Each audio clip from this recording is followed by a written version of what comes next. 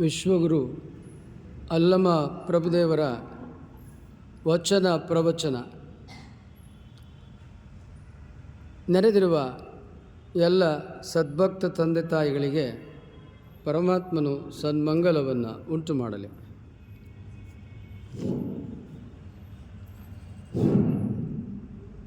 ಕುಲದಲ್ಲಿ ಅಧಿಕನು ಹೋಗಿ ಹೊಲಗೇರಿಯಲ್ಲಿ ಮನೆಯ ಕಟ್ಟಿದರೆ ಕುಲ ಕೆಡದೆಯಪ್ಪ ಪರಿಯ ನೋಡ. ಆತನ ಕುಲದವರೆಲ್ಲ ಮುಖವ ನೋಡಲೊಲ್ಲದೆ ಐದಾರೆ. ಕುಲಗೆಟ್ಟನೆಂದು ತಿಳಿದು ವಿಚಾರಿಸಲು ಆ ಕುಲವೆಲ್ಲ ಹೊಲಗೆಟ್ಟು ಹೋಯಿತು ಕಾಣ ಗುಹೇಶ್ವರ. ಅಲ್ಲಮ ಪ್ರಭುದೇವರು ಮಹಾರಾಜರಾಗಿ ಆಳ್ವಿಕೆಯನ್ನು ಮಾಡಿದವರು.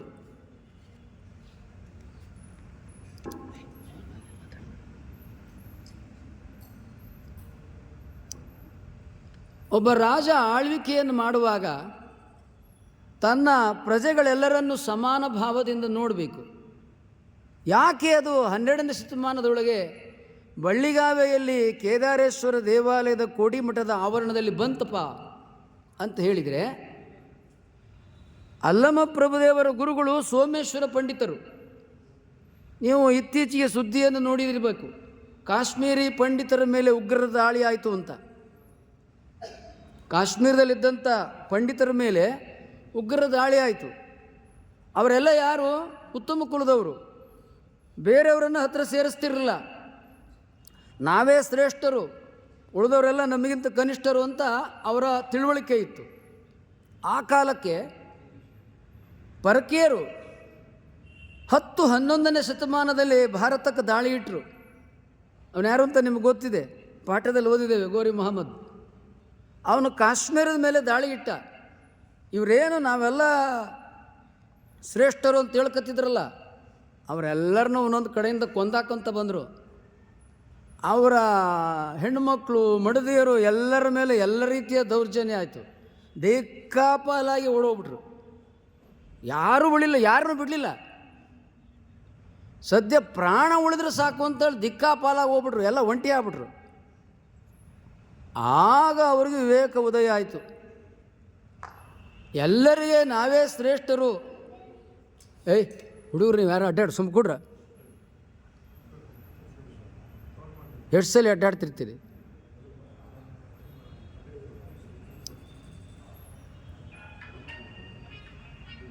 ಎಲ್ಲರೂ ನಿಮ್ಮ ಫೋನ್ ಸ್ವಿಚ್ ಆಫ್ ಮಾಡ್ರಪ್ಪ. ಅವ್ರೇನು ಮಾಡ್ತಿದ್ರು? ನಾವೇ ಶ್ರೇಷ್ಠರು, ಉಳಿದವರೆಲ್ಲರೂ ಕನಿಷ್ಠರು ಅಂತ ರಾಜ ಮೊದಲುಗೊಂಡು ಎಲ್ಲರನ್ನೂ ತಮ್ಮ ಮಂದಿಯಿಂದಲೇ ಇಟ್ಕೊಂಡ್ರು. ಈ ಹೊರಗಿನಿಂದ ಬಂದ್ರಲ್ಲ, ಅವರೆಲ್ಲ ಇವ್ರನ್ನ ಒದ್ರು, ತುಳಿದ್ರು, ಧ್ವಂಸ ಮಾಡಿದ್ರು, ಕೊಂದರು, ಏನೂ ಬಿಡಲಿಲ್ಲ. ದಿಕ್ಕಾಪಾಲಾಗಿ ಪ್ರಾಣ ಉಳಿದ್ರು ಸಾಕು ಅಂತ ಓಡೋದ್ರು. ಪ್ರಾಣ ಉಳಿದ್ರು ಸಾಕು ಅಂತ ಎಲ್ಲಿಗೆ ಓಡಿ ಬಂದರು? ಉತ್ತರ ಭಾರತದಿಂದ ದಕ್ಷಿಣದ ಕಡೆಗೆ ಬಂದರು. ಇಲ್ಲೆಲ್ಲ ಶಿವಭಕ್ತಿ ಅಧಿಕ.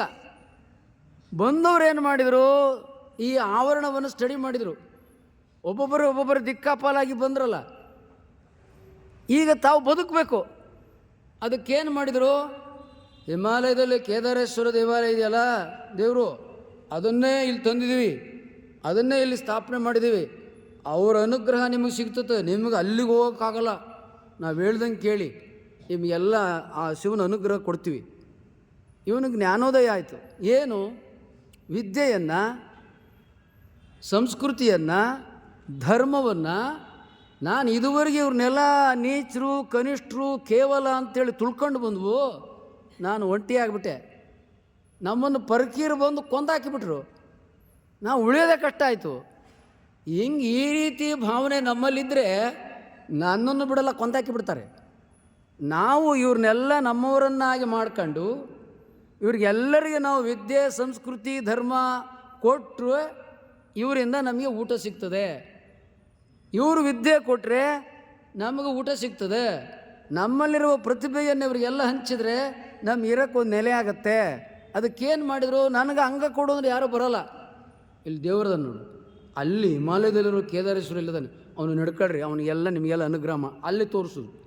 ನನಗೆ ನಡ್ಕೊಳ್ಳಂದ್ರೆ ನಡ್ಕೊಳ್ಳೋದಲ್ಲ, ಅಲ್ಲಿಗೆ ಅಲ್ಲಿ ನಡ್ಕೊಳ್ಳಿ. ಅದಕ್ಕೆ ಜನರನ್ನೇನು ಮಾಡಿದರು, ಅಲ್ಲಿಗೆ ಭಕ್ತಿ ಹುಡ್ಸಿದ್ರು. ಜನರಲ್ಲೆಲ್ಲ ಅಲ್ಲಿಗೆ ಭಕ್ತಿ ಮಾಡೋಕ್ಕೆ ಶುರು ಮಾಡಿದರು. ಆಗ ಏನು ಮಾಡಿದರು, ನಿಮ್ಮ ಮಕ್ಳಿಗೆ ವಿದ್ಯೆ ಕೊಡ್ತೀನಿ, ನಿಮ್ಮ ಮಕ್ಳಿಗೆ ಸಂಗೀತ ಕೊಡ್ತೀನಿ, ನಿಮ್ಮ ಮಕ್ಳಿಗೆ ಕಲೆ ಕೊಡ್ತೀವಿ, ನಿಮ್ಮ ಮಕ್ಕಳಿಗೆ ಶಾಸ್ತ್ರ ಸಾಹಿತ್ಯ ಯೋಗ ಎಲ್ಲ ಕೊಡ್ತೀವಿ, ಕಲೀರಿ. ಅದಕ್ಕೆ ಏನು ಮಾಡಿದರು, ಈಗ ಉತ್ತಮರಿಗೆ ಕಲಿಸ್ಕೊಂತ ಹೋದರೆ ಇವ್ರಿಗೆ ಅನ್ನ ಸಿಗ್ಬೇಕಲ್ಲ, ಅದಕ್ಕೆ ನಾವೆಲ್ಲರಿಗೂ ಕೊಡ್ತೀವಿ, ಎಲ್ಲರೂ ಬನ್ನಿ ಎಲ್ಲರೂ ಬನ್ನಿ ಎಲ್ಲರೂ ಬನ್ನಿ.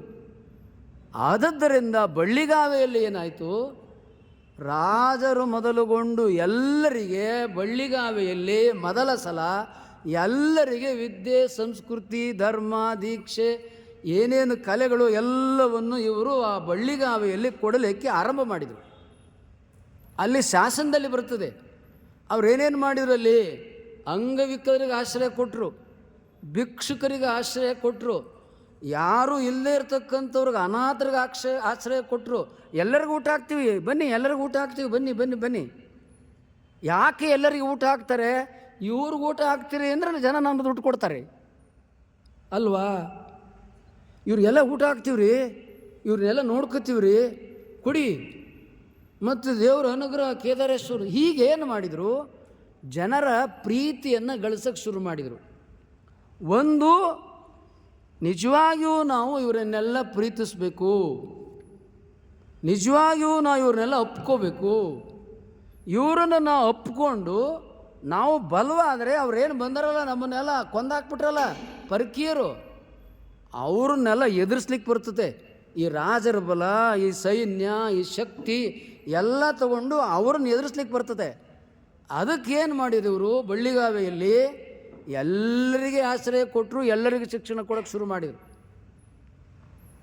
ಅಲ್ಲಮಪ್ರಭುದೇವರು ಕಲಿತಂಥ ಬಳ್ಳಿಗಾವೆಯಲ್ಲಿ ಅವರು ಬಾಲಕನಾಗಿದ್ದಾಗ ಇದನ್ನೆಲ್ಲ ತಮ್ಮ ಗುರುಗಳು, ತಮ್ಮ ತಂದೆ, ರಾಜ ಮಹಾರಾಜರು ಹೇಗೆ ಆಳ್ವಿಕೆ ಮಾಡಿದ್ರಲ್ಲ ಅದನ್ನು ಬಾಲಕನಾಗಿದ್ದಾಗಲೂ ನೋಡಿಕೊಂಡು ತಾನು ರಾಜನಾಗಿದ್ದಾಗ ಏನೇನು ಕಲ್ತರಲ್ಲ, ಏನೇನು ಕಲ್ತು ಅಲ್ಲಮಪ್ರಭುದೇವರು, ಯೋಗ, ಆಗಮ, ಶಿವರಹಸ್ಯ, ಶಿವಸಹಿತ, ಜೈನ, ಬೌದ್ಧ, ಅಕ್ಷರ, ಗಣಿತ, ಛಂದಸ್ಸು, ಕಾವ್ಯ, ಹೀಗೆ 64 ಕಲೆಗಳಿದೆ.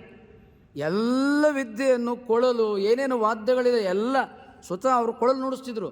ಸ್ವತಃ ಅವರು ಗುರುಗಳು ನೃತ್ಯ ಮಾಡ್ತಿದ್ರು ಶಿವನ ಮುಂದೆ. ನಟರಾಜ ಹೇಗೆ ನೃತ್ಯ ಮಾಡ್ತಾನಲ್ಲ ಹಾಗೆ. ಮತ್ತು ಆ ಮಕ್ಕಳು ಎಲ್ಲ ನೃತ್ಯ ಕಲಿಸ್ತೀವಿ, ಹಾಡೋದು ಕಲಿಸ್ತೀವಿ, ವಾದ್ಯಗಳು ಕಲಿಸ್ತೀವಿ, ಎಲ್ಲವನ್ನು ಕಲಿಸೋಕ್ಕೆ ಶುರು ಮಾಡಿದರು. ಆಗ ಅವ್ರಿಗೆ ಹೌದಲ್ಲ, ನಾವು ಹಾಡ್ಬೋದು, ನಾವು ಕಲಿಬೋದು, ನಾವು ಎಲ್ಲ ಮಾಡ್ಬೋದು, ನಮಗೂ ವಿದ್ಯೆ ಸಿಗುತ್ತೆ, ನಮಗೆ ಯೋಗ ಆರೋಗ್ಯ ಎಲ್ಲ ಕಲಿಸ್ತಾರೆ. ಹೀಗಾಗಿ ಬಳ್ಳಿಗಾವೆಯ ಗುರುಕುಲ ಅಲ್ಲಮಪ್ರಭುದೇವರು ಜನಿಸಿ ಅಲ್ಲಿ ಶಿಕ್ಷಣವನ್ನು ಗುರುಕುಲದಲ್ಲಿ ಪಡೆಯೋಷ್ಟೊತ್ತಿಗೆ ಅಲ್ಲಿ ಎಲ್ಲರಿಗೂ ಅವಕಾಶ ಇತ್ತು. ಅದನ್ನು ಅವರು ಬಾಲ್ಯದಿಂದಲೂ ತಿಳಿದ. ಇದಕ್ಕೆ ಅನೇಕ ಶಾಸನಗಳಿದಾವೆ. ನಾನು ಮೊನ್ನೆ ತಂದ ಶಾಸನವನ್ನು ನಿಮ್ಮ ಮುಂದೆ ವಿವರಿಸಿದೆ. ಅಲ್ಲಮಪ್ರಭು ರಾಜನಾಗಿ ಹೇಗೆ ಯುದ್ಧ ಮಾಡ್ತಿದ್ರು ಅಂತ ಶಾಸನವನ್ನು ವರದಿ ಕೊಟ್ಟೆ ನಿಮ್ಮ ಮುಂದೆ. ಹಂಗೆ ಅದರೊಳಗೆ ಇನ್ನೂ ಬಹಳ ಇದ್ದಾವೆ. ಹೀಗಾಗಿ ಅವರೇನು ಮಾಡಿದರು, ಇದನ್ನೆಲ್ಲ ಬಾಲಕ ಆಗಿದ್ಮೇಲೆ ಅಲ್ಲಮಪ್ರಭುದೇವ ಗುರುಗಳು ಮತ್ತು ತನ್ನ ತಂದೆ ಮತ್ತು ಊರಿನವರು ಎಲ್ಲರೂ ಒಂದಾಗಿರುವುದನ್ನು ನೋಡಿದರು. ಆ ರೀತಿ ಆಳ್ವಿಕೆಯನ್ನು ಕೊಟ್ಟರು. ಆ ರೀತಿ ತನ್ನ ಪ್ರಜೆಗಳನ್ನು ಸುಖವಾಗಿ ಶಾಂತಿಯಿಂದ ನೆಮ್ಮದಿಯಿಂದ ಸಮಾನತೆಯಿಂದ ನೋಡುವುದನ್ನು ಕಲಿತರು. ಗುರುಗಳ ಆ ರೀತಿ ರಾಜ್ಯಭಾರವನ್ನು ಮಾಡಿದರು. ಧರ್ಮಕರ್ಮ ಸಂಯೋಗ ಅವರು ವಿರಾಗಿಗಳಾದರೂ ಆ ಕಥೆ ಈಗ ಸಮಯ ಇಲ್ಲ, ಮುಂದೆ ಅದನ್ನು ನೀವೆಲ್ಲ ಕೇಳುವಂಥ ಸಂದರ್ಭ ಬರ್ತದೆ. ಆಗ ಅವರು ತಪಸ್ಸಿಗೆ ಹೋದ ಮೇಲೆ ಜ್ಞಾನೋಪದೇಶವನ್ನು ಪಡ್ಕೊಂಡು ಲೋಕದ ಉದ್ದಗಲಕ್ಕೆ ಲೋಕ ಸಂಚಾರಿಗಳಾಗಿ ಜನರಿಗೆ ಜ್ಞಾನೋಪದೇಶವನ್ನು ಕೊಡಲಿಕ್ಕೆ ಹೊರಟಾಗ ಎಲ್ಲೆಲ್ಲಿ ಜನರಲ್ಲಿ ಅಸಮಾನತೆ, ಭೇದ ಬುದ್ಧಿ, ಭೇದ ಪ್ರಜ್ಞೆ ಇತ್ತು, ಆಗ ಅಲ್ಲಮಪ್ರಭುದೇವರು ಇಲ್ಲಿ ಆಡಳಿತ ಮಾಡ್ತಾ ಇದ್ರಲ್ಲ ಅದು ಅನುಭವಕ್ಕೆ ಬಂದು ಅದನ್ನು ಜನರಿಗೆ ತಿಳಿಸಿ ಹೇಳ್ತಾ ಇದ್ದಾರೆ. ಈ ವಚನದಲ್ಲಿ ಹೊರಗಿನ ನೋಟದೊಳಗೆ ಸರ್ವಸಮಾನತೆಯ ಪ್ರತಿಪಾದನೆ ಮಾಡ್ತಾರೆ. ಆ ವಚನದ ಒಳ ಅಂತರಂಗವನ್ನು ಒಳ ಹೊಕ್ಕಿದ್ರೆ ನಮ್ಮ ಶರೀರದ ಒಳಗೆ ಏನೇನು ನಡೀತದೆ ಅದನ್ನು ತಿಳಿಸ್ತಾರೆ. ಅಲ್ಲಮಪ್ರಭುದೇವರ ಎಲ್ಲ ವಚನಗಳು ಹೊರಗೆ ಲೌಕಿಕದಲ್ಲಿ ಒಂದು ಅರ್ಥ ಇರ್ತದೆ, ಅದನ್ನು ವಿವರಿಸಿ ನೋಡಿದರೆ ನಮ್ಮ ಅಂತರಂಗ ಏನೇನದ ಅದನ್ನು ವಿವರಿಸಿ ಆತ್ಮಸಾಕ್ಷಾತ್ಕಾರವನ್ನು ಅದೇ ವಚನದೊಳಗೆ ಪಡ್ಕೊಳ್ಳುವುದು ಹೇಗೆ ಅನ್ನೋದನ್ನು ತಿಳಿಸ್ತಾರೆ. ಇದು ಅಲ್ಲಮಪ್ರಭುದೇವರ ವಿಶೇಷ ಪ್ರತಿಭೆ. ಈಗ ಮೊದಲು ವಚನವನ್ನು ವಿವರಿಸ್ತೀನಿ. ಕುಲದಲ್ಲಿ ಅಧಿಕನು ಹೋಗಿ ಹೊಲಗೇರಿಯಲ್ಲಿ ಮನೆಯ ಕಟ್ಟಿದರೆ ಕುಲ ಕೆಡದೆಯಪ್ಪ ಪರಿಯ ನೋಡ. ನಾವೆಲ್ಲ ಬಾಲ್ಯದಲ್ಲಿ ನೋಡಿದ್ದೇವೆ. ಪ್ರತಿಯೊಂದು ಊರಿನಲ್ಲಿ ಅವರಿಗೆ ಒಂದು ಕೇರಿ ಮಾಡಿ ಹೊರಗೆ ಇಟ್ಬಿಟ್ಟಿರ್ತಾರೆ. ಇಂಥ ಸಮಾಜಕ್ಕೆ ಪ್ರತಿಯೊಂದು ಊರಿನಲ್ಲೂ ಅವ್ರಿಗೆ ಒಂದು ಕೇರಿ ಮಾಡಿ ಅಲ್ಲಿ ಹೊರಗೆ ಇಟ್ಟಿರ್ತಾರೆ. ಈಗ ಇಟ್ಟಾಗ ಏನಾಗ್ತದೆ, ಅಸಮಾನತೆ, ಭೇದ ಬುದ್ಧಿ, ಹುಚ್ಚ ನೀಚ, ಮೇಲು ಕೀಳು ಇವೆಲ್ಲ ಉಂಟಾಗ್ತದೆ. ಇದನ್ನು ಅಲ್ಲಮಪ್ರಭುದೇವರು ರಾಜರಾಗಿ ಆಳ್ವಿಕೆ ಮಾಡಿದಾಗ ಕಂಡಿದ್ದರು. ಸಮಾನತೆಯನ್ನು ಅವರು ಅನುಷ್ಠಾನಕ್ಕೆ ತಂದಿದ್ದರು. ಈಗ ಗುರುಗಳಾದವರು ಆದಾಗಲೂ ಕೂಡ ಈ ಸಮಾನತೆಯನ್ನು ಪ್ರತಿಪಾದನೆ ಮಾಡಿ ಆಚರಣೆಗೆ ತರುವುದು ಹೇಗೆ ಎನ್ನುವುದನ್ನು ಇಲ್ಲಿ ಅತ್ಯಂತ ಸುಂದರವಾಗಿ ಶ್ರೇಷ್ಠವಾದ ರೀತಿಯಲ್ಲಿ ತಿಳಿಸ್ಕೊಟ್ಟಿದ್ದಾರೆ. ಕುಲದಲ್ಲಿ ಅಧಿಕನು ಹೋಗಿ ಹೊಲಗೇರಿಯಲ್ಲಿ ಮನೆಯ ಕಟ್ಟಿದರೆ ಕುಲ ಕೆಡದೆಯಪ್ಪ ಪರಿಯ ನೋಡ. ನಾವೆಲ್ಲ ಬಾಲ್ಯದಲ್ಲಿ ಕೇಳಿದ್ದೇವೆ, ನಾವು ಅವ್ರನ್ನ ಮುಟ್ಕೊಂಬಿಟ್ರೆ ನಾವು ಮೈಲಿಗೆ ಆಗ್ತೇವೆ. ನಾವು ಇದನ್ನೆಲ್ಲ ಬಾಲ್ಯದಲ್ಲಿ ಕೇಳಿದ್ದೇವೆ, ಅವ್ರನ್ನ ಮುಟ್ಕೊಂಬಿಟ್ರೆ ನಾವು ಮೈಲಿಗೆ ಆಗ್ತೇವೆ. ಅಲ್ಲಮಪ್ರಭುದೇವರು ವಚನದಲ್ಲಿ ಹೇಳ್ತಾರೆ, ನೀವು ಯಾರನ್ನ ಕನಿಷ್ಠ ಅಂತ ಹೇಳ್ತೀರಿ ಅಲ್ಲಿಗೆ ಸಮಾಜದಲ್ಲಿ ನೀವು ಯಾರು ಉತ್ತಮರಿದ್ದೀರಿ. ಸ್ವತಃ ಅಲ್ಲಮಪ್ರಭು ಉತ್ತಮ ಕುಲದಲ್ಲಿ ಹುಟ್ಟಿದವರು. ನಾನು ಹೋಗಿ ಅಲ್ಲೇ ಮನೆ ಕಟ್ಕೊಂಡು ನಾನು ಅಲ್ಲೇ ವಾಸ ಮಾಡ್ತೀನಿ, ಅವ್ರ ಜೊತೆ ನಾನು ಬದುಕ್ತೀನಿ. ಯಾವಾಗ ಸಮಾಜದೊಳಗೆ ಶ್ರೇಷ್ಠರಾದವರು ಅವ್ರ ಕೇರಿಯಲ್ಲೇ ಮನೆ ಕಟ್ಕೊಂಡು ಅವ್ರ ಜೊತೆಯಲ್ಲೇ ಬದುಕಿದಾಗ ಅವರಿಗೆ ಸಂಸ್ಕಾರ ಸಿಗ್ತದೆ, ಅವ್ರಿಗೆ ವಿದ್ಯೆ ಸಿಗ್ತದೆ, ಅವರಿಗೆ ಸಕಲ ಏನೇನು ಬೇಕು ಎಲ್ಲವನ್ನು ಇವನು ಕೊಡ್ತಾನೆ. ಯಾಕೆ? ಇವನು ಕೆಟ್ಟೋಗಲ್ಲ, ಇವನು ಮೈಲಿಗೆ ಆಗಲ್ಲ, ಇವನಲ್ಲಿರೋ ವಿದ್ಯೆಯನ್ನು ಅವ್ರಿಗೆ ಕಲಿಸ್ತಾನೆ. ಇದನ್ನು ಅಲ್ಲಮಪ್ರಭುದೇವರು ಮಾಡ ಹೊರಟಾಗ ಆತನ ಕುಲದವರೆಲ್ಲ ಮುಖ ನೋಡಲಲ್ಲದೈದಾರೆ. ಅಲ್ಲಮಪ್ರಭುದೇವರು ಉತ್ತಮ ಕುಲದಲ್ಲಿ ಹುಟ್ಟಿದ್ರು, ರಾಜನ ಮಗನಾಗಿದ್ದರು, ಗುರುಗಳಾದರು, ತಪಸ್ವಿ ಆದರು, ರಾಜನಾಗಿಯೂ ಸಮಾನತೆ ಆಡಳಿತ ಕೊಟ್ಟಿದ್ರು. ಈಗ ಗುರುವಾಗಿದ್ದಾಗಲೂ ಕೂಡ ಆ ಕೇರಿಗೆ ಹೋಗಿ ಅಲ್ಲೇ ವಾಸ ಮಾಡಿದರು, ಅಲ್ಲೇ ಅವ್ರಿಗೆ ಉಪದೇಶ ಕೊಟ್ಟರು. ಆಗ ಇವನಂಗೆ ಉತ್ತಮರಿದ್ರಲ್ಲ ಊರಾಗ, ಅವರೇನಂದ್ರು, ಇವನು ಜಾತಿ ಕೆಟ್ಟುಬಿಟ್ಟ, ಅವನ ಮುಖ ನೋಡಬೇಡ್ರಿ, ಅವನ ಸಮಾಜವನ್ನು ಕುಲಗೆಡಿಸ್ಬಿಟ್ಟ, ಹಾಳು ಮಾಡಿಬಿಟ್ಟ ಅಂತ ಅನೇಕರೇನು ಮಾಡೋರು, ದೂರೋರು. ಅದಕ್ಕೆ ಅಲ್ಲಮಪ್ರಭುದೇವರು ಹೇಳಿದ್ದಾರೆ, ಮುಂದಿನ ಸಾಲಿನಲ್ಲಿ ಹೇಳ್ತಾರೆ, ಕುಲಗೆಟ್ಟವನೆಂದು ತಿಳಿದು ನೋಡಿದರೆ ಆ ಕುಲವೆಲ್ಲ ಹೊಲೆ ಕೆಟ್ಟು ಹೋಯಿತು ಗುಹೇಶ್ವರ. ನಿಜವಾಗಿಯೂ ಅಲ್ಲಮಪ್ರಭುದೇವರಲ್ಲಿ ಮನೆ ಕಟ್ಕೊಂಡು ವಾಸ ಮಾಡಿದ್ರಿಂದ ಅಲ್ಲಮಪ್ರಭುದೇವರು ಕುಲಗೆಟ್ರೆ? ಅಲ್ಲಮಪ್ರಭುದೇವರು ಕುಲಗೆಡಲಿಲ್ಲ. ಸಮಾಜದಲ್ಲಿ ನೀವು ಏನು ಕೇರಿಗಳು ಸೃಷ್ಟಿ ಮಾಡಿದ್ರಲ್ಲ, ಹೊಲೆಯರು, ಮಾದಗರು, ಅವರು ಇವರು 108 ಏನೇನೋ ಅವೇ ಇಲ್ದಂಗೆ ಆಗೋದು ಅಂತಾರೆ. ಯಾಕೆ? ಉತ್ತಮ ಅಲ್ಲಿ ಹೋಗಿ ವಾಸ ಮಾಡುವಾಗ ಈತನಿಗೆ ಉತ್ತಮ ಅನ್ನೋದಕ್ಕೆ ಏನು ಸಂಸ್ಕಾರ ಇರುತ್ತೆ? ವಿದ್ಯೆ ಇರುತ್ತೆ, ಸಂಸ್ಕೃತಿ ಇರುತ್ತೆ, ಧರ್ಮ ಇರುತ್ತೆ, ಎಲ್ಲವೂ ಇರುತ್ತೆ. ಈ ಎಲ್ಲವನ್ನು ಅವರು ಕೊಟ್ಬಿಡ್ತಾನೆ. ಅವರೆಲ್ಲರನ್ನೂ ತನ್ನಂತೆ ಮಾಡಿದಾಗ ನೀವು ಯಾರನ್ನ ಅಧಮರು ಅಂತ ಹೇಳ್ತಾ ಇದ್ರಿ? ಅವನು ವಿದ್ಯೆ ಇಲ್ಲ, ಅವನು ಸಂಸ್ಕೃತಿ ಇಲ್ಲ, ಅವನಿಗೆ ಧರ್ಮ ಇಲ್ಲ, ಅವನಿಗೆ ದೀಕ್ಷೆ ಇಲ್ಲ, ಅವನು ಓದಕ್ಕೆ ಬರೆಯೋಕ್ಕೆ ಬರೋದಿಲ್ಲ, ಅವನು ಯಾವ ವಿದ್ಯೆನೂ ಇಲ್ಲ ಅಂತ ನೀವು ಕನಿಷ್ಠಾಗಿ ನೋಡ್ತೀರಿ. ಇವೆಲ್ಲವನ್ನು ಅವನು ಕೊಟ್ಬಿಟ್ಟಾಗ ಅವನ್ಯಾಗ ನೀಚ ಆಗ್ತಾನ? ಅದಕ್ಕೆ ಅಲ್ಲಮಪ್ರಭುದೇವರು ಹೇಳ್ತಾರೆ, ಕುಲಗೆಟ್ಟನೆಂದು ತಿಳಿದು ನೋಡಲು. ನಿಜವಾಗಿ ಇವ್ರು ಕುಲಗೆಟ್ಬಿಟ್ರೆ ಅಲ್ಲಮಪ್ರಭುದೇವರು ಅಂತ ನೋಡಿದ್ರೆ ಅಲ್ಲಮಪ್ರಭುದೇವರು ಕುಲಗೆಡಲಿಲ್ಲ. ಸಮಾಜದಲ್ಲಿ ಏನು ಹೊಲಗೇರಿ, ಆ ಕೇರಿ, ಈ ಕೇರಿ ಅಂತಿದ್ವಲ್ಲ, ಅವುಗಳೇ ಇಲ್ದಂಗೆ ಆಗೋದು, ಅವು ಉತ್ತಮರೇ ಆಗೋಗ್ಬಿಟ್ವು ಅಂತಾರೆ. ಈಗ ಎಲ್ಲರಿಗೆ ವಿದ್ಯಾಭ್ಯಾಸವನ್ನು ಕೊಟ್ಟಾಗ ಏನಾಗ್ತದೆ? ಅಶಿಕ್ಷಿತರಿರ್ತಾರೇನ? ಅಶಿಕ್ಷಿತರೆಲ್ಲ ಸುಶಿಕ್ಷಿತರಾಗ್ತಾರೆ. ಅದೇ ತಾನೇ ಈಗ ಶಾಲೆಗಳಿಗೇನು ಬಂದಿದ್ದಾವೆ, ಎಲ್ಲರಿಗೆ ಶಾಲೆ, ಎಲ್ಲರಿಗೆ ಶಿಕ್ಷಣ ಅಂದಾಗ ಏನಾಗ್ತದೆ? ಎಲ್ಲರೂ ಶಿಕ್ಷಿತರು, ಎಲ್ಲರೂ ವಿದ್ಯಾವಂತರು. ಹಾಗೆ ಎಲ್ಲರಿಗೆ ಧರ್ಮ, ಎಲ್ಲರಿಗೆ ದೀಕ್ಷೆ, ಎಲ್ಲರಿಗೆ ಸಂಸ್ಕೃತಿ, ಎಲ್ಲರಿಗೆ ಪ್ರೀತಿ, ಎಲ್ಲರಿಗೆ ಸಮಾನತೆ. ಬೇರೆಯವರು ನಿನ್ನನ್ನು ಮುಟ್ಟಕ್ಕೆ ಬರಲ್ಲ ಅಂದಾಗ ನಾನು ನಿನ್ನ ಮುಟ್ಕೊಂತೀನೋ, ನಿನ್ನ ಒಪ್ಕೊತೀನೋ, ನನ್ನಂಗೆ ನೀನು ಇದೆಯೋ, ನಿನ್ನಲ್ಲೇನು ಭೇದ ಭಾವ ಇಲ್ಲ, ನನಗೂ ನಿನಗೂ. ಅದನ್ನು ನಾನು ನಿನ್ನೆ ಮೊನ್ನೆ ಹೇಳಿದ್ದೇನೆ. ಹೇಗೆ ಸರ್ವ ಸಮಾನತೆ ಅನ್ನೋದನ್ನು ಹಿಂದೆ 3 ದಿನಗಳ ಕಾಲ ಅದನ್ನೇ ತಿಳಿಸಿದ್ದೇನೆ. ಹೀಗೆ ಇಂಥ ಸರ್ವ ಸಮಾನತೆಯ ತತ್ವವನ್ನು ಅಲ್ಲಮಪ್ರಭುದೇವರು ಒಬ್ಬ ಗುರುವಾಗಿ, ಒಬ್ಬ ರಾಜನಾಗಿ ಸಮಾಜದಲ್ಲಿ ಆಚರಣೆಗೆ ತಂದಿದ್ದಾರೆ. ಅವರು ಕೊನೆಗೆ ಮುಕ್ತಾಯದಲ್ಲಿ ಹೇಳ್ತಾರೆ, ಕುಲಗೆಟ್ಟನೆಂದು ತಿಳಿದು ನೋಡಿದರೆ ಆ ಕುಲವೆಲ್ಲ ಹೊಲಗೆಟ್ಟು ಹೋಯಿತು ಕಾಣ ಗುಹೇಶ್ವರ. ನಿಜವಾಗಿಯೂ ಅಲ್ಲಮಪ್ರಭುದೇವರು ಕುಲಗೆಟ್ರಿ ಅಂತೇಳಿದರೆ ಅಲ್ಲಮಪ್ರಭುದೇವರು ಕುಲಗೆಡಲಿಲ್ಲ. ಅವರಿಗೆಲ್ಲ ವಿದ್ಯೆ, ಸಂಸ್ಕೃತಿ, ಧರ್ಮ, ದೀಕ್ಷೆಯನ್ನು ಕೊಟ್ಟದ್ರಿಂದ ಅವರೂ ಎಲ್ಲರೂ ಅಲ್ಲಮಪ್ರಭುದೇವರೇ ಆಗಿಬಿಟ್ರು. ಅವರು ಉತ್ತಮರೇ ಆಗಿಬಿಟ್ರು, ಅವರು ಶ್ರೇಷ್ಠರೇ ಆಗಿಬಿಟ್ರು. ಹೊಲೆತನವೇ ಇಲ್ಲದ ಹಾಗೆ ಆಯಿತು. ಇದು ವಚನದ ಸರ್ವ ಸಮಾನತೆಯ ಅರ್ಥ.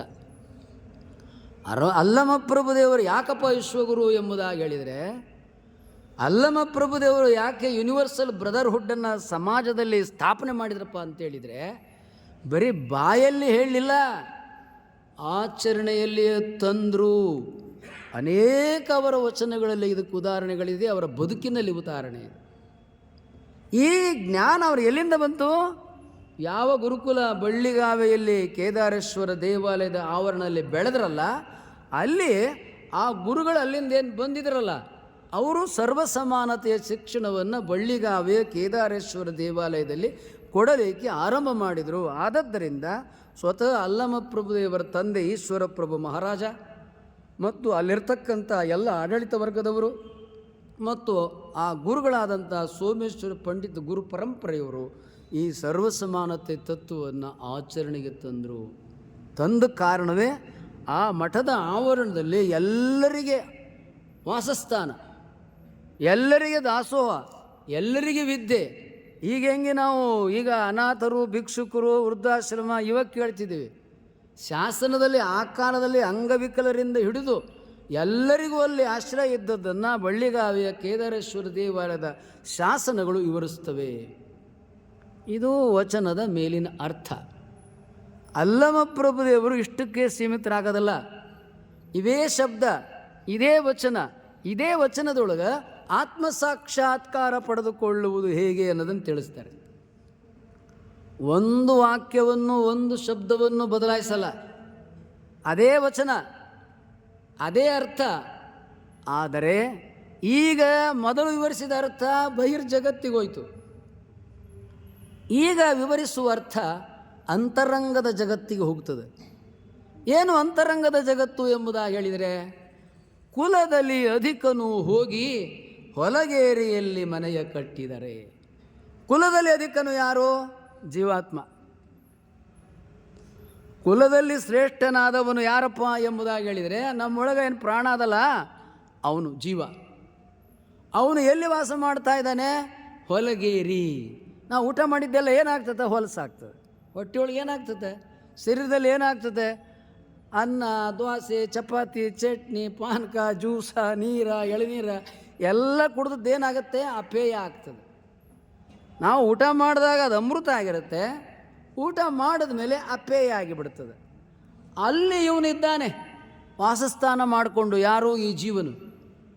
ಇವನು ಇಲ್ಲಿಗೆ ಬಂದಾನೆ. ಎಲ್ಲಿಂದ?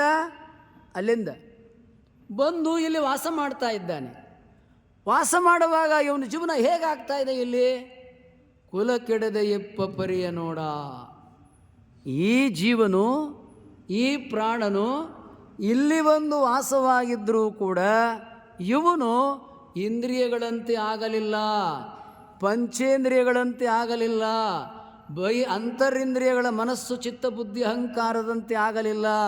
ಸಪ್ತ ವ್ಯಸನಗಳನ್ನು, ಅಷ್ಟಮದಗಳನ್ನು, ಅರಿಷಡ್ವರ್ಗಳನ್ನು, ಪಂಚ ವಿಷಯಗಳನ್ನು ತನಗೆ ಅಂಟಿಸಿಕೊಳ್ಳಲಿಲ್ಲ. ಅವನು ಅರಿವಿನ ಜಾಗೃತ ವ್ಯಕ್ತಿಯಾಗಿಯೇ, ಅವನು ಜೀವನಾಗಿಯೇ, ಅವನು ಪ್ರಾಣನಾಗಿಯೇ ಉಳಿದ. ಅಂದ್ರೇನು? ಇವನಲ್ಲಿ ವಾಸ ಮಾಡ್ತಾ ಇದ್ದಾನೆ, ಅನಿವಾರ್ಯ. ದೇಹವನ್ನು ಆಶ್ರಯಿಸುವುದು ಅನಿವಾರ್ಯ. ಅವನು ಎಲ್ಲಿ ವಾಸ ಮಾಡ್ತಾ ಇದ್ದಾನೆ? ಈ ಶರೀರದಾಗ. ಈ ಶರೀರ ಏನು? ನಾವು ಊಟ ಮಾಡಿದ್ದೆಲ್ಲ ಅದು ಹೊಲಸ ಆಗ್ತದೆ. ಅವನು ಅನಿವಾರ್ಯ ಅಲ್ಲೇ ಬದುಕೋದು. ಮತ್ತು ಇದು ಹುಟ್ಟುತ್ತದೆ ಈ ಜೀವ ತಾಯಿಯ ಹೊಟ್ಟೆಗೆ. ಮತ್ತು ಅದೇನದು ಹೊಲಸಲ್ಲ, ಇದು ಜೀವ ತಳೀತದೆ. ಈ ಜೀವ ಎಲ್ಲಿ ಬೆಳೀತದೆ? ತಾಯಿಯ ಹೊಟ್ಟೆಯಲ್ಲಿ ಹೊಲಸಲ್ಲ ಬೆಳೀತದೆ. ಇದು ಇಲ್ಲಿ ಬಂದಂಥ ಈ ಜೀವ, ಈ ಪ್ರಾಣನು ಕುಲದಲ್ಲಿ ಅಧಿಕನು ಹೋಗಿ ಹೊಲಗೇರಿಯಲ್ಲಿ ಮನೆಯ ಕಟ್ಟಿದರೆ. ಇವನು ಇಲ್ಲಿ ಬಂದು ವಾಸ ಮಾಡಿದರೆ ಇವನು ಹೊಲಸ ಆಗಲಿಲ್ಲ. ಯಾಕೆ? ಇವನಿಗೆ ಲಕ್ಷಣಗಳೇನು? ಹೊರಗೆ ಬಂದ. ಇವನು ತಾಯಿಯ ಚಿದ್ಗರ್ಭದಿಂದ ಹೊರಗೆ ಬಂದ ಈ ಪ್ರಾಣನಿಗೆ, ಈ ಜೀವನಿಗೆ, ಆತ್ಮನಿಗೆ ಲಕ್ಷಣಗಳೇನು? ಏನಿದೆ ನೋಡೋಣ ಹೇಳ್ರಿ. ಈ ಜೀವನಿಗೆ, ಈ ಪ್ರಾಣನಿಗೆ ಏನು ಲಕ್ಷಣಗಳಿದೆ ಏನಾದರೂ ಹೇಳ್ತೀರಾ? ನೀವು ಗಮನಿಸಿದ್ದೀರಾ? ನಮ್ಮೆಲ್ಲರೊಳಗೆ ಜೀವ ಅದ, ಪ್ರಾಣ ಅದ.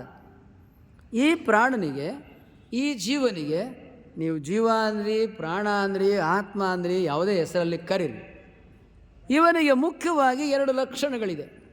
ನೀವು ಗಮನಿಸಿದ್ರೆ ಯಾವ 2 ಲಕ್ಷಣಗಳು ಹೇಳ್ತೀರಾ?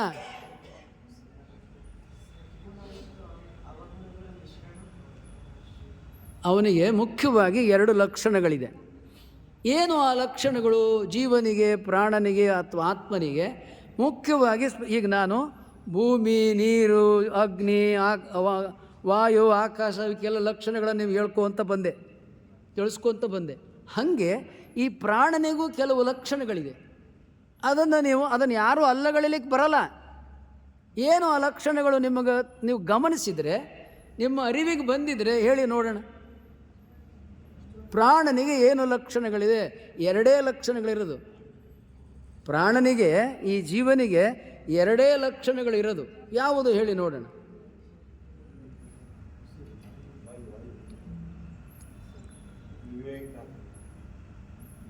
ಸ್ವಲ್ಪ ಹತ್ತಿರ ಬಂದ್ರಿ. ಒಂದು ಪ್ರಜ್ಞಾ, ಇನ್ನೊಂದು ಚೈತನ್ಯ. ಈ ಪ್ರಾಣ ಏನಿದೆಯಲ್ಲ, ಇದು ಮಿಡಿತದ, ಚೈತನ್ಯ ಸ್ವರೂಪದೊಳಗದ. ಎಲ್ಲಿವರೆಗೆ ನಾವು ದೇಹದಲ್ಲಿ ಇರ್ತವ ಅದು ಚೈತನ್ಯಯುಕ್ತವಾಗಿರ್ತದೆ. ಇನ್ನೊಂದೇನದ, ಅರಿವು, ಪ್ರಜ್ಞಾ ಇರ್ತದೆ. ನಮಗೆಲ್ಲ ಅರಿವು ಒಂದು ಇರುವೆ, ನಾವು ಹಿಂಗೆ ಮುಟ್ಟಕ್ಕೆ ಹೋದ್ರೆ ಅದು ಬೇರೆ ಕಡೆ ಹೋಗಿಬಿಡ್ತದೆ ಅಲ್ವಾ? ಒಂದು ಗೊದ್ದ, ಒಂದು ಇರುವೆ, ಒಂದು ಚಿಟ್ಟೆ, ಯಾವುದೇ ಆಗಲಿ. ಹಂಗೆ ನಮ್ಮಲ್ಲಿಯೂ ಕೂಡ ಅರಿವು ಜಾಗೃತ ಅದ. ಈ ಅರಿವೇನದು? ಅದು ಪ್ರಾಣನ ಲಕ್ಷಣ. ಆತ್ಮ ಅಂದ್ರಿ, ಜೀವ ಅಂದ್ರಿ, ಏನಾರ ಕರೀರಿ, ಏನೇ ಕರೆದರೂ ಕೂಡ ಅದಕ್ಕೆ ಇರುವ 2 ಮುಖ್ಯ ಲಕ್ಷಣ, ಒಂದು ಪ್ರಜ್ಞಾ, ಇನ್ನೊಂದು ಚೈತನ್ಯ. ಇವನಿಗಿರುವುದು ಪ್ರಜ್ಞಾ ಸ್ವರೂಪಿ ಮತ್ತು ಚೈತನ್ಯ ಸ್ವರೂಪಿಯಾಗಿರುವನು ಈ ಜೀವ. ಅದನ್ನು ಅಲ್ಲಮಪ್ರಭುವರು ಹೇಳ್ತಾ ಇದ್ದಾರೆ. ಪ್ರಜ್ಞಾ ಸ್ವರೂಪಿಯಾಗಿರುವ, ಚೈತನ್ಯ ಸ್ವರೂಪಿಯಾಗಿರುವ ಈ ಜೀವನು, ಈ ಪ್ರಾಣನು ಇಲ್ಲಿ ಇವನು ವಾಸ ಮಾಡ್ತಾ ಇದ್ದರೂ ಕೂಡ ಪಂಚೇಂದ್ರಿಯಗಳ ಥರ ಆಗಲಿಲ್ಲ, ಸಪ್ತ ವ್ಯಸನಗಳ ಥರ ಆಗಲಿಲ್ಲ, ಅಷ್ಟಮದಗಳ ಥರ ಆಗಲಿಲ್ಲ, ಪಂಚ ವಿಷಯಗಳ ಥರ ಆಗಲಿಲ್ಲ, ಷಡೂರ್ಮಿ ಈ ಥರ ಆಗಲಿಲ್ಲ, ಕಾಮ, ಕ್ರೋಧ, ಲೋಭ, ಮೋಹ, ಮದಮತ್ಸರಗಳ ಥರ ಆಗಲಿಲ್ಲ. ಅವನಾಗೇ ಉಳ್ದಾನೆ. ಪ್ರಾಣ ಏನಿದ್ದಾನಲ್ಲ, ಈ ಪ್ರಾಣನಿಗೆ ಸಪ್ತ ವ್ಯಸನಗಳಿಲ್ಲ. ನೆನ್ನೆ ಎಲ್ಲ ಅದನ್ನೇ ಆರಂಭದಲ್ಲಿ ಪ್ರಾರ್ಥನೆ ಆದಮೇಲೆ ಅದನ್ನೇ ಹೇಳಿದೆ, ನಿಮಗೆಲ್ಲ ಪ್ರಾರ್ಥನೆ ಮಾಡಿಸ್ದೆ. ಯಾಕೆಂದರೆ ಪಿಟಿಕೆ ಸಲುವಾಗಿ. ನಾನಾರು ನೀ ತಿಳಿದು ನೋಡು, ನಾನಾರು ನಿನ್ನಲ್ಲಿ ನೋಡು, ಮನಸ್ಸೇನು ನೀನು, ಬುದ್ಧಿಯೇ ನೀನು, ಪ್ರಾಣವೇ ನೀನು, ಮತ್ತೇನು ನೀನು. ನಿನ್ನೆ ಅದನ್ನೆಲ್ಲ ವಿವರಿಸ್ದೆ. ಯಾಕೆ ಈ ಪ್ರವಚನ ಮಾಡೋ ಸಲುವಾಗಿ ನಿನ್ನೆ ಆ ಪ್ರೇಯರ್ ಮಾಡಿಸ್ದೆ. ಇವನೇನಿದ್ದಾನಲ್ಲ, ಇವನು ಸಪ್ತ ವ್ಯಸನ, ಅರಿಷಡ್ವರ್ಗ, ಅಷ್ಟಮದ, ಪಂಚ ವಿಷಯ ಇವುಗಳಿಗೆ ದೂರ. ನಮಗೆ ಇವು ಲೇಪನ ಆಗಲ್ಲ. ಈ ಜೀವನಿಗೆ, ಈ ಪ್ರಾಣನಿಗೆ, ಪ್ರಜ್ಞಾ ಸ್ವರೂಪಿಯಾಗಿರ್ತಕ್ಕಂಥವನಿಗೆ. ಅದನ್ನು ಇಲ್ಲಿ ಅಲ್ಲಮಪ್ರಭುದರು ಹೇಳ್ತಾ ಇದ್ದಾರೆ. ಕುಲದಲ್ಲಿ ಅಧಿಕನು ಹೋಗಿ ಹೊಲಗೇರಿಯಲ್ಲಿ ಮನೆಯ ಕಟ್ಟಿದರೆ ಕುಲ ಕೆಡದೆ ಎಪ್ಪ ಪರಿಯ ನೋಡ. ಇವನಿಲ್ಲಿ ವಾಸ ಮಾಡಿದರೂ ಕೂಡ ಈ ಜೀವನಿಗೆ, ಈ ಪ್ರಜ್ಞನಿಗೆ ಕೋಪ ಇಲ್ಲ, ವ್ಯಸನಗಳಿಲ್ಲ, ಮದಗಳಿಲ್ಲ, ವಿಷಯಗಳಿಲ್ಲ. ಅವನಾಗಾದಾನೆ ಅಂದ್ರೇನು? ಕೆಸರಿನಲ್ಲಿ ತಾವರೆ ಹೋಗ್ಬಿಡ್ತದೆ. ಆ ತಾವರೆ ಹೂವು, ಕಮಲದ ಹೂವು ಕಮಲವಾಗಿಯೇ ಇರ್ತದದು. ಆ ಕೆಸರನ್ನು, ನೀರನ್ನು ತನಗೆ ಅಂಟಿಸಿಕೊಳ್ಳುವುದಿಲ್ಲ. ಹಾಗೆ ಈ ಜೀವಾತ್ಮನು ಜನನ ಮರಣವನ್ನು ಪಡೆದಿರತಕ್ಕಂಥ ದೇಹವನ್ನು ಆಶ್ರಯಿಸಿ ಅವನು ಇಲ್ಲಿ ಜನಿಸಿದರೂ ಕೂಡ ಅವನಿಗೆ ಜನನ ಮರಣವೂ ಇಲ್ಲ, ಅಷ್ಟಮದಗಳೂ ಇಲ್ಲ, ಸಪ್ತ ವ್ಯಸನಗಳೂ ಇಲ್ಲ, ಷಡೂರ್ಮಿಗಳೂ ಇಲ್ಲ, ಪಂಚ ವಿಷಯಗಳೂ ಇಲ್ಲ. ಈಗಾಗಲೇ ಹಿಂದೆ ಹೇಳಿದ್ದೇನೆ, ಇವನಿಗಿದೊಂದೇ ಜನ್ಮ ಕೊನೆ ಅಲ್ಲ. ಇವನೇನು ಜೀವ ಇದಾನಲ್ಲ, ಈ ಗಡಿಯಾರಕ್ಕೆ ಕೀ ಕೊಟ್ಟದ್ದು ಎಷ್ಟು ಜನ್ಮದ ಆಚೆ. ಇದೇನದಲ್ಲ, ಈ ಗಡಿಯಾರ ನಡೀತಾ ಇದೆಯಲ್ಲ, ಇದಕ್ಕೆ ಕಿಲಿಕೈ ನಡೆಯೋಂಗೆ ಕೀ ಕೊಟ್ಬಿಟ್ಟೈತೆ. ಅದು ನಿರಂತರ ನಡೀತಾನೆ ಐತೆ. ಅದು ಬಂದ್ ಆಗೋದೇ ಇಲ್ಲ. ಯಾವಾಗ ಬಂದಾಗ್ತದೆ ಅಂದರೆ ಅವನು ಯಾವಾಗ ಮುಕ್ತಿ ಪಡ್ಕೊಳ್ತಾನೆ, ಮುಕ್ತಿ ಅಂದ್ರೇನು? ಡಿಸೈರ್ಸ್, ದಾಹ, ಮೋಹ, ಇವುಗಳಿಂದ ಯಾವಾಗ ಬಿಡುಗಡೆಗೊಳ್ತಾನ? ನಮಗೆ ದಾಹಗಳು ಅಪಾರವಾಗಿರ್ತವೆ, ನಮಗೆ ಮೋಹಗಳು ಅಪಾರವಾಗಿರ್ತವೆ. ಎಲ್ಲಿವರೆಗೆ ನಮಗೆ ದಾಹ ಮೋಹ ಇವೆಲ್ಲ ಇರ್ತವೆ, ಅಲ್ಲಿಯವರೆಗೆ ಈ ಜೀವನಿಗೆ ಬಿಡುಗಡೆ ಇಲ್ಲ. ಯಾವಾಗ ಇವನು ದಾಹ ಮೋಹಗಳಿಂದ ದೂರ ಆಗ್ತಾನೆ, ಆಗ ಅವನು ಬಿಡುಗಡೆಗೊಳ್ತಾನೆ. ಅದಕ್ಕೆ ನಿನ್ನೆ ಹೇಳಿದ್ದು, ಧರ್ಮಾರ್ಥ ಮೋಕ್ಷ ಅದರಿಂದ ದೂರ. ವ್ಯಸನಗಳಾಗಲಿ, ಧರ್ಮ ಅರ್ಥ ಕಾಮ ಮೋಕ್ಷಗಳಾಗಲಿ, ಇವ್ಯಾವೂ ಜೀವನವಲ್ಲ, ಇವ್ಯಾವ ಪ್ರಾಣನವಲ್ಲ. ಅವನಿವೆಲ್ಲ ಆಚೆ ಇರ್ತಕ್ಕಂಥವನು. ಅದನ್ನು ಅಲ್ಲಮಪ್ರಭುದರು ಹೇಳ್ತಾ ಇದ್ದಾರೆ, ನೀನು ಯಾವಾಗ ಪರಿಪೂರ್ಣನಾಗ್ತೀಯ? ಕುಲ ಕೆಡದ ಇಪ್ಪ ಪರಿಯ ನೋಡ. ಕುಲಗೆಟ್ಟನೆಂದು ಆತನ ಕುಲದವರೆಲ್ಲರೂ ಮುಖ ನೋಡಲಲ್ಲದೆ ಐದಾರೆ. ಏನಂಗಂದ್ರೆ, ಇವನೇನು ದೇಹದಲ್ಲಿ ಜನಿಸಿ ಒಂದು ಜನ್ಮವನ್ನು ಪಡ್ಕೊಂಡು ಬಂದಲ್ಲ, ಆಗ ಈ ಪರಿಭವ, ಈ ಜನನ ಮರಣವನ್ನು ಪಡ್ಕೊಂಡಾಗ, ಇದು ನಮ್ಮಂಗನ ಬರ್ತಾನೆ ಐತಿದ, ಇದು ನಮ್ಮಂಗನ ಬಂದ, ಬಾ ಬಾ ಬಾ. ನಾವೇನು ಜನನ ಮರಣಕ್ಕೆ ಬರ್ತೀವಿ, ಇದು ಮುಗಿಯೋದ ಕತೆ. ಅದಕ್ಕೆ ಎಲ್ಲರೂ ಅಂತಾರೆ, ಇವನು ನಮ್ಮಂಗ ಬಂದ, ಇವನು ನಮ್ಮಂಗ ಬಂದಾನ ಜನನ ಮರಣಕ್ಕೆ, ಇವನು ನಮ್ಮಂಗೆ ಕುಲಗೆಟ್ಟ. ಅಂದ್ರೇನು? ಇವನು ನಮ್ಮಂಗ ಪತಿತನಾದ, ಜನನ ಮರಣದೊಳಗೆ ಬರ್ತಾ ಇದ್ದಾನೆ. ಮುಂದುವರೆದು ಹೇಳ್ತಾರೆ, ಕುಲಗೆಟ್ಟನೆ ಎಂದು ತಿಳಿದು ವಿಚಾರಿಸಲು. ನಿಜವಾಗಿಯೂ ಜೀವನು ದೇಹವನ್ನು ಧರಿಸಿ ಬಂದು ಅವನು ಕುಲಗೆಟ್ಬಿಟ್ನೆ? ಇಲ್ಲ, ಆ ಕುಲವೆಲ್ಲ ಹೊಲಗೆಟ್ಟು ಹೋಯಿತು ಕಾಣ ಗುಹೇಶ್ವರ. ಅಲ್ಲಮಪ್ರಭುದೇವರು ದೇಹವನ್ನು ಧರಿಸಿ ಬಂದ ಮೇಲೆ ಏನಾಗಿದ್ದಾರೆ? ಜನನ ಮರಣ ಹುಟ್ಟು ಸಾವು ಇವೆಲ್ಲವುಗಳನ್ನು ಗೆದ್ದಿದ್ದಾರೆ. ಅವುಗಳನ್ನು ಗೆಲ್ಲುವ ದಾರಿಯನ್ನು ತಾವು ಪಡೆದುಕೊಂಡು ಲೋಕಕ್ಕೂ ಅವುಗಳನ್ನು ಗೆಲ್ಲುವ ದಾರಿಯನ್ನು ತಿಳಿಸಿಕೊಡ್ತಾ ಇದ್ದಾರೆ. ಹೀಗೆ ಅಲ್ಲಮಪ್ರಭುದೇವರ ಒಂದು ವಚನ ಬಹಿರಂಗದಲ್ಲಿ ಸಮಾಜ ವ್ಯವಸ್ಥೆಯನ್ನು ಪರಿಪೂರ್ಣಗೊಳಿಸುವ ಒಂದು ಅರ್ಥವನ್ನು ಹೇಳಿದರೆ, ಅಂತರಂಗದ ಜಗತ್ತಿನಲ್ಲಿ ಜೀವಾತ್ಮನು ಪರಿಪೂರ್ಣತೆಯ ಕಡೆಗೆ ಹೋಗುವ ಅನುಭವದ ದಾರಿಯನ್ನು ಇದೇ ವಚನದೊಳಗೆ ತಿಳಿಸಿದ್ದಾರೆ. ಹೀಗೆ ಅಲ್ಲಮಪ್ರಭುದೇವರ ಎಲ್ಲ ವಚನಗಳು ಹೀಗೆ ನಮ್ಮನ್ನು ಅರಿವಿನ ಪಥದಲ್ಲಿ ಕರೆದುಕೊಂಡು ಹೋಗ್ತಾವೆ. ಒಬ್ಬ ಜ್ಞಾನಿ ಆದವನು, ಒಬ್ಬ ಅನುಭಾವಿ ಆದವನು, ಒಬ್ಬ ಅರಿವಿನಲ್ಲಿ ಇರ್ತಕ್ಕಂಥವನು ಎಲ್ಲರಲ್ಲಿಯೂ ಆ ಚಿತ್ ಶಕ್ತಿಯನ್ನು ಕಾಣ್ತಾನೆ. ಅದಕ್ಕೆ ನಾನು ನೀನೆಂಬುದು ತಾನಿಲ್ಲ. ಎಲ್ಲದರಲ್ಲಿಯೂ ಅದೇ ಐತೆ. ನಾವು ಯಾವ ಮೂಲದಿಂದ ಬಂದಿದ್ದೇವೆ, ನನ್ನಂತೆ ಬೇರೆಯವರು ಅದೇ ಮೂಲದಿಂದ ಬಂದಿದ್ದಾರೆ ಅಂದಮೇಲೆ ಇಲ್ಲಿ ಅವನು ಶ್ರೇಷ್ಠ, ಇವನು ಶ್ರೇಷ್ಠ, ಅವನು ಕಡಿಮೆ, ಇವನು ಕಡಿಮೆ ಎನ್ನುವ ಭಾವಭೇದಗಳು ಇಲ್ಲ, ಎನ್ನುವ ಅಸಮಾನತೆಗಳು ಇಲ್ಲ. ಹೀಗೆ ಅಲ್ಲಮಪ್ರಭುದೇವರು ಅನುಭವ ದೃಷ್ಟಿಯಿಂದ ಜಗತ್ತನ್ನು ಅರಿವಿನ ದಾರಿಯಲ್ಲಿ ನೋಡಿದ ಕಾಲಕ್ಕೆ ಎಲ್ಲರೂ ಆತ್ಮರ ಸ್ವರೂಪರಾಗಿಯೇ ಕಾಣ್ತಾರೆ, ಪ್ರಾಣ ಸ್ವರೂಪರಾಗಿಯೇ ಕಾಣ್ತಾರೆ, ಜೀವ ಸ್ವರೂಪರಾಗಿಯೇ ಕಾಣ್ತಾರೆ. ಅಲ್ಲಿ ಇನ್ನೊಂದು ನೆಲೆಯನ್ನು ಗುರುತಿಸಲಿಕ್ಕೆ ಸಾಧ್ಯ ಇಲ್ಲ. ಇದಕ್ಕೆ ಅನುಭವದ ದರ್ಶನ ಅಂತಾರೆ. ಯಾಕೆ ಶರಣರು ಅನುಭವ ಅಂತ ಕರೆದ್ರಪ್ಪ ಅಂತೇಳಿದರೆ, ಅನು ಅಂದ್ರೇನು? ದಾರಿ. ಭಾವ ಅಂದ್ರೇನು? ಯಾವುದು? ಪರಾತ್ಪರ ಪರವಸ್ತು. ಯಾವ ಪರಾತ್ಪರ ಪರವಸ್ತುವನ್ನು ಪಡೆದುಕೊಳ್ಳುವ ದಾರಿಯಲ್ಲಿ ಈ ಅನುಭಾವಿಗಳು ಇದ್ದಾರೆಯೋ ಅವರಿಗೆ ಎಲ್ಲವೂ ಆ ಪರಾತ್ಪರ ಪರಬ್ರಹ್ಮವಾಗಿಯೇ ಕಾಣುತ್ತದೆ, ಬೇರೆಯಾಗಿ ಕಾಣಲ್ಲ. ಎಲ್ಲ ಜೀವರಲ್ಲಿಯೂ ಅವನೇ ಅದಾನೆ. ಹೀಗೆ ಅಲ್ಲಮಪ್ರಭುದೇವರು ಒಬ್ಬ ಅನುಭಾವಿ, ಒಬ್ಬ ಗುರುವಾಗಿ ಸರ್ವ ಸಮಾನತೆಯನ್ನು ಲೋಕಕ್ಕೆ ಕೊಟ್ಟು ಸಮಾಜವನ್ನು ಬೆಳಗಿದಂತಹ ವಿಚಾರ ಈ ವಚನದಲ್ಲಿ ಇರುವುದನ್ನು ತಾವು ಗಮನಿಸಿದಿರಿ.